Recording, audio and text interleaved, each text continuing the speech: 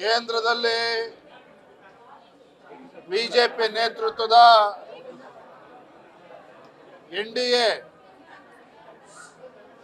ಸಂಪೂರ್ಣವಾಗಿ ಬಹುಮತನ ಪಡೆದಿರತಕ್ಕಂಥದ್ದು. 295ಕ್ಕೂ ಹೆಚ್ಚು ಕ್ಷೇತ್ರಗಳಲ್ಲಿ ಭಾರತೀಯ ಜನತಾ ಪಾರ್ಟಿ ಮತ್ತು ಎನ್ಡಿಎ ಮಿತ್ರಕೂಟ ಮುನ್ನಡೆಯನ್ನು ಸಾಧಿಸತಕ್ಕಂಥದ್ದು. ಒಂದಂತೂ ಸ್ಪಷ್ಟವಾಗಿದೆ, ಸ್ವಾತಂತ್ರ್ಯ ಬಂದ ನಂತರದಲ್ಲಿ ಕಾಂಗ್ರೆಸ್ಸೇತರ ಪಕ್ಷ ಭಾರತೀಯ ಜನತಾ ಪಾರ್ಟಿ ಸತತವಾಗಿ ಮೂರನೇ ಬಾರಿಗೆ ಸ್ಪಷ್ಟ ಬಹುಮತದೊಂದಿಗೆ ಅಧಿಕಾರಕ್ಕೆ ಬಂದಿರತಕ್ಕಂಥದ್ದು ಪ್ರತಿಯೊಬ್ಬರು ಕೂಡ ಸಂತೋಷ ಪಡ್ತಕ್ಕಂಥ ವಿಚಾರ. ಕರ್ನಾಟಕ ರಾಜ್ಯದಲ್ಲೂ ಬಿಜೆಪಿ ಮತ್ತು ಜೆಡಿಎಸ್ ಪಕ್ಷ ಒಟ್ಟಾಗಿ ನಾವು ಚುನಾವಣೆಯನ್ನು ಎದುರಿಸಿ ಇವತ್ತು 19 ಕ್ಷೇತ್ರಗಳಲ್ಲಿ 17 ಕ್ಷೇತ್ರದಲ್ಲಿ ಭಾರತೀಯ ಜನತಾ ಪಾರ್ಟಿ, 2 ಕ್ಷೇತ್ರದಲ್ಲಿ ಇವತ್ತು ಜೆಡಿಎಸ್ ಪಕ್ಷ ಗೆದ್ದಿದೆ. ಕರ್ನಾಟಕ ರಾಜ್ಯದಲ್ಲಿ ಇವತ್ತು 20ಕ್ಕೂ ಹೆಚ್ಚು ಕ್ಷೇತ್ರಗಳಲ್ಲಿ ಗೆಲ್ತೇವೆ ಅನ್ನುವ ಭ್ರಮೆಯಲ್ಲಿದ್ದಂಥ ಕಾಂಗ್ರೆಸ್ ಪಕ್ಷ ಮುಖಭಂಗ ಆಗಿರ್ತಕ್ಕಂಥದ್ದು ಸ್ಪಷ್ಟ. ತಮ್ಮ ಗ್ಯಾರಂಟಿಗಳ ಮುಖೇನ ರಾಜ್ಯದಲ್ಲಿ ಅತಿ ಹೆಚ್ಚು ಸ್ಥಾನಗಳನ್ನು ಗೆಲ್ತೇನೆ, 20ಕ್ಕೂ ಹೆಚ್ಚು ಸ್ಥಾನಗಳನ್ನು ಗೆಲ್ತೇವೆ, 20 ಸ್ಥಾನಗಳೆಲ್ಲ ಡಬಲ್ ಡಿಜಿಟ್ ಬರ್ತೇವೆ ಅಂತೇಳಿ ಕನಸು ಕಾಣ್ತಾ ಇದ್ರು. ಆ ಕಾಂಗ್ರೆಸ್ ಪಕ್ಷದ ಕನಸು ಇವತ್ತು ಭಗ್ನ ಆಗಿದೆ ಕರ್ನಾಟಕ ರಾಜ್ಯದಲ್ಲಿ. ನಾನು ರಾಜ್ಯದಲ್ಲಿ ಇವತ್ತು ಬಿಜೆಪಿ ಮತ್ತು ಜೆಡಿಎಸ್ ಪಕ್ಷದ ಅಭೂತಪೂರ್ವ ಗೆಲುವಿಗೆ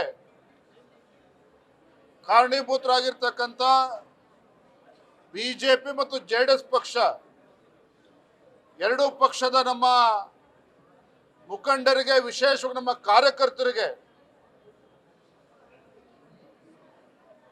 ನಮ್ಮ ಕಾರ್ಯಕರ್ತರಿಗೆ ಇವತ್ತು ಅಭಿನಂದನೆ ಸಲ್ಲಿಸೋದಕ್ಕೆ ಇಚ್ಛಪಡ್ತೇನೆ. ರಾಜ್ಯದ ಮತದಾರರಿಗೆ ನಾನು ಈ ಸಂದರ್ಭದಲ್ಲಿ ನನ್ನ ಕೃತಜ್ಞತೆಯನ್ನು ಕೂಡ ನಾನು ಸಲ್ಲಿಸ್ತೇನೆ. ಗ್ಯಾರಂಟಿಗಳ ಬಗ್ಗೆ ಸಾಕಷ್ಟು ಚರ್ಚೆಗಳಾಗಿತ್ತು. ಇದೆಲ್ಲವನ್ನು ಮೀರಿ ನಮ್ಮ ರಾಜ್ಯದ ಪ್ರಜ್ಞಾವಂತ ಮತದಾರರು ಕಳೆದ ವಿಧಾನಸಭಾ ಚುನಾವಣೆಯಲ್ಲಿ ನಮಗೆ ಹಿನ್ನಡೆ ಆಗಿದ್ರೂ ಸಹ ದೇಶದ ಭವಿಷ್ಯವನ್ನು ರೂಪಿಸ್ತಕ್ಕಂಥ ಚುನಾವಣೆ, ನರೇಂದ್ರ ಮೋದಿಜಿಯವರೇ ಮತ್ತೊಮ್ಮೆ ಪ್ರಧಾನಮಂತ್ರಿ ಆಗಬೇಕು ಅಂತೇಳಿ ಇವತ್ತು ಸಂಪೂರ್ಣವಾಗಿ ಬೆಂಬಲವನ್ನು ನೀಡಿದ್ದಾರೆ. ಹಾಗಾಗಿ ನಾವು ನಮ್ಮ ರಾಜ್ಯದ ಮತದಾರರಿಗೆ ನಾವು ಆಭಾರಿಯಾಗಿದ್ದೇವೆ. ನಾನು ಅವರಿಗೆ ಕೃತಜ್ಞತೆಯನ್ನು ಸಲ್ಲಿಸ್ತೇನೆ. ಹೇಳೋಣ,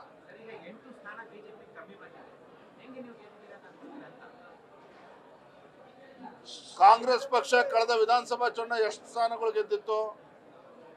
136 ಸ್ಥಾನಗಳನ್ನು ಗೆದ್ದಿದ್ದಾರೆ. ಮುಖ್ಯಮಂತ್ರಿಗಳು, ಉಪಮುಖ್ಯಮಂತ್ರಿಗಳು ಎಷ್ಟು ಸ್ಥಾನನ ಗೆಲ್ತೀವಿ ಅಂತ ಹೇಳ್ತಾ ಇದ್ರು. 20ಕ್ಕೂ ಹೆಚ್ಚು ಸ್ಥಾನಗಳನ್ನು ಗೆಲ್ತೇವೆ ಅಂತೇಳಿ ಸ್ವತಃ ಮುಖ್ಯಮಂತ್ರಿಗಳು ಹೇಳಿದ್ರು, ಉಪಮುಖ್ಯಮಂತ್ರಿಗಳು ಹೇಳಿದ್ರು. ನಮಗೆ 2-3 ಇವತ್ತು ಸೀಟ್ಗಳು ಸ್ವಲ್ಪ ಮೊತ್ತದಲ್ಲಿ ನಾವು ಸೋತಿದ್ದೇವೆ. ಅದನ್ನು ಪ್ರಾಮಾಣಿಕ ಒಂದು ಮಾತನ್ನು ಹೇಳ್ತೇನೆ, ಕಾಂಗ್ರೆಸ್ ಪಕ್ಷದ ಗ್ಯಾರಂಟಿಗಳ ಆರ್ಭಟದ ನಡುವೆನೂ ಸಹ ಈ ಫಲಿತಾಂಶ ನಮಗೆ ತೃಪ್ತಿ ತಂದಿದೆ. ಕರ್ನಾಟಕ ರಾಜ್ಯದಲ್ಲಿ ಇವತ್ತು ಮತದಾರರು ನಮಗೇನು ಆಶೀರ್ವಾದ ಮಾಡಿದ್ದಾರೆ, ಅದ್ರ ಬಗ್ಗೆ ನಮಗೆ ತೃಪ್ತಿ ಇದೆ. ಚುನಾವಣೆ ಮತದಾನ ಆಗ್ತಕ್ಕಂಥ 3 ದಿನಗಳ ಹಿಂದೆ 3 ತಿಂಗಳಿಂದ ಪೆಂಡಿಂಗ್ ಇದ್ದಂತ ಹಣವನ್ನು ಪ್ರತಿಯೊಬ್ಬರ ಅಕೌಂಟಿಗೆ ಸಂದಾಯ ಆಗಿದ್ದು ಕೂಡ ನಿಮ್ಗೆ ನೆನಪಿದೆ. ಆದ್ರೆ ಇದೆಲ್ಲದರ ನಡುವೆನೂ ಸಹ ಮತದಾರರು ನಮಗೆ ಬೆಂಬಲವನ್ನು ನೀಡಿದ್ದಾರೆ, ನಮ್ಗೆ ಆಶೀರ್ವಾದನ ಮಾಡಿದ್ದಾರೆ. ನಮ್ಗೆ ಹಿನ್ನಡೆ ಅಂತೇಳಿ ಖಂಡಿತ ಯಾರು ಕೂಡ ಹೇಳ್ತಕ್ಕಂಥದ್ದಲ್ಲ.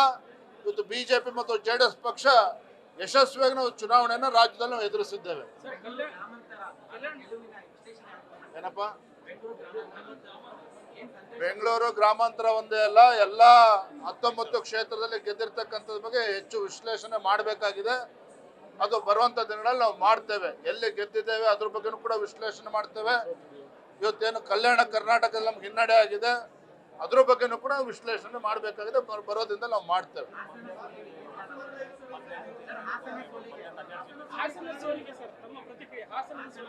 ಇಲ್ಲಪ್ಪ, ನಾ ಹೇಳದ್ನಲ್ಲ, ಇವತ್ತು ನಮಗೇನು 9 ಕ್ಷೇತ್ರದಲ್ಲಿ ನಮಗೆ ಸೋಲು ಉಂಟಾಗಿದೆ. ಹಾಸನೂ ಸೇರಿದಂತೆ ಎಲ್ಲ ಕ್ಷೇತ್ರಗಳ ಬಗ್ಗೆ ನಾವು ಮುಂದಿನ ದಿನಗಳಲ್ಲಿ ಅದ್ರ ಬಗ್ಗೆ ಚರ್ಚೆ ಮಾಡ್ತೇವೆ. ಸೋಲಿಗೆ ಕಾರಣಗಳು ಏನು ಅಂತಕ್ಕಂಥದ್ದನ್ನ. ಏನಪ್ಪ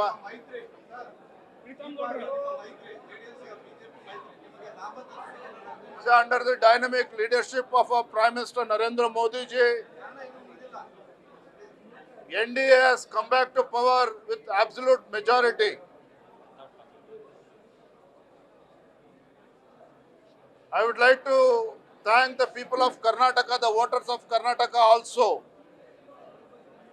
because the ruling Congress government here in Karnataka, which was under the impression that they are going to win more than 20 Lok Sabha seats here in Karnataka because of their guarantee. So this has not come true.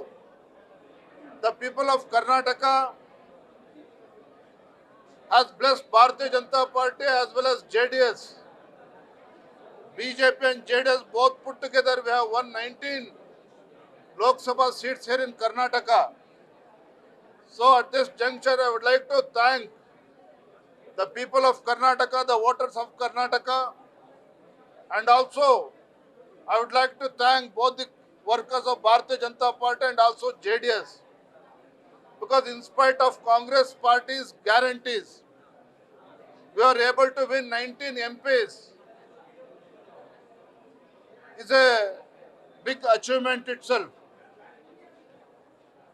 Even though Congress party was claiming that they are going to win more than 20 Lok Sabha MPs, the people of Karnataka, the voters of Karnataka, has clearly sent a message that this people of Karnataka believes in Modi ji's guarantee, not Congress guarantee.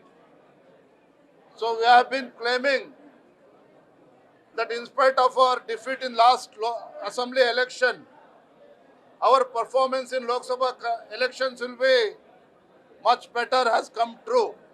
Definitely as the President of the Bharatiya Janata Party, we are happy with the performance here in Karnataka. So once again I will thank our lakhs and lakhs of party karyakartas for this amazing victory here in Karnataka. Thank you. BJP JDS ಮೈತ್ರಿ ಸಫಲವಾಗಿದೆ ಅಂತ ಅನ್ಕೊಂತೀರಾ? ನೀವು ಯಾರು ಏನೇ ಹೇಳಿದ್ರು ಸಹ ಕಾಂಗ್ರೆಸ್ ಪಕ್ಷದ ಆರ್ಭಟದ ನಡುವೆ, ಕಾಂಗ್ರೆಸ್ ಪಕ್ಷದ ಅಧಿಕಾರದ ದುರುಪಯೋಗ ಮತ್ತು ಅವರ ಗ್ಯಾರಂಟಿಗಳ ದರ್ಬಾರ್ ನಡುವೆನೂ ಸಹ ಇವತ್ತು ಭಾರತೀಯ ಜನತಾ ಪಾರ್ಟಿ ಮತ್ತು ಜೆಡಿಎಸ್ ಪಕ್ಷ 19 ಕ್ಷೇತ್ರದಲ್ಲಿ ನಾವು ಸಫಲರಾಗಿದ್ದೇವೆ.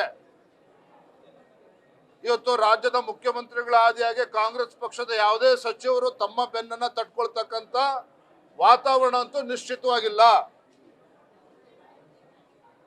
ರಾಜ್ಯದ ಮತದಾರರು ಇವತ್ತು ಮೋದಿಜಿಯವರ ಬಗ್ಗೆ ಭರವಸೆನ ಇಟ್ಟಿದ್ದಾರೆ ಹೊರತು, ಮೋದಿ ಗ್ಯಾರಂಟಿ ಬಗ್ಗೆ ಭರವಸೆ ಇಟ್ಟಿದ್ದಾರೆ ಹೊರತು ಕಾಂಗ್ರೆಸ್ ಪಕ್ಷದ ಗ್ಯಾರಂಟಿ ಬಗ್ಗೆ ವಿಶ್ವಾಸ ಇಲ್ಲ ಅಂತಕ್ಕಂಥದ್ದನ್ನ ಸ್ಪಷ್ಟವಾಗಿ ತೋರಿಸ್ಕೊಟ್ಟಿದ್ದಾರೆ. ಧನ್ಯವಾದಗಳು. Thank you. ನ್ಯೂಸ್ ಫಸ್ಟ್ ನಿರ್ಭೀತಿಯಿಂದ ನಿಮ್ಮ ಪರವಾಗಿ.